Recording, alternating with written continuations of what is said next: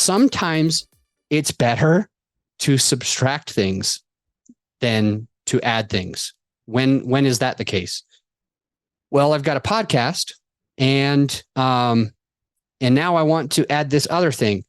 Well, maybe you start by subtracting the hard work of the podcast. Maybe you start by offloading like the post-production and everything onto a person or a team that can serve you.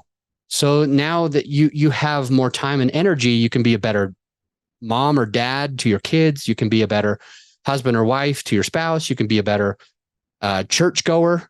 You can be a better human. You can have more mental capacity because you intentionally subtract some things. So just be thinking about this. It's a very simple podcast episode, less than 10 minutes, with the idea of sometimes it's better to add something good than to subtract something bad. And in other times, it's better to subtract something than to add something, because we can get stressed and overwhelmed by trying to do too much.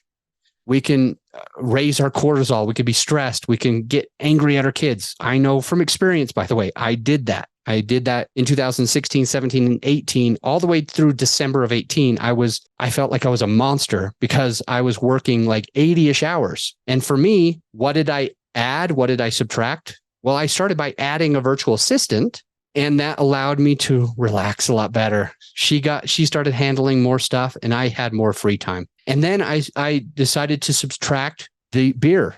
So I had a regiment. I would go on every Sunday.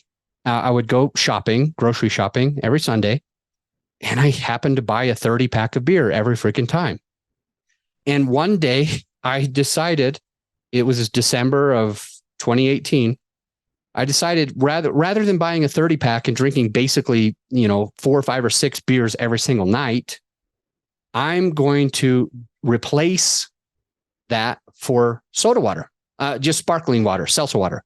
So instead of buying a 30 pack of Coors Banquet, I bought 30 seltzer waters, LaCroix, from the grocery store.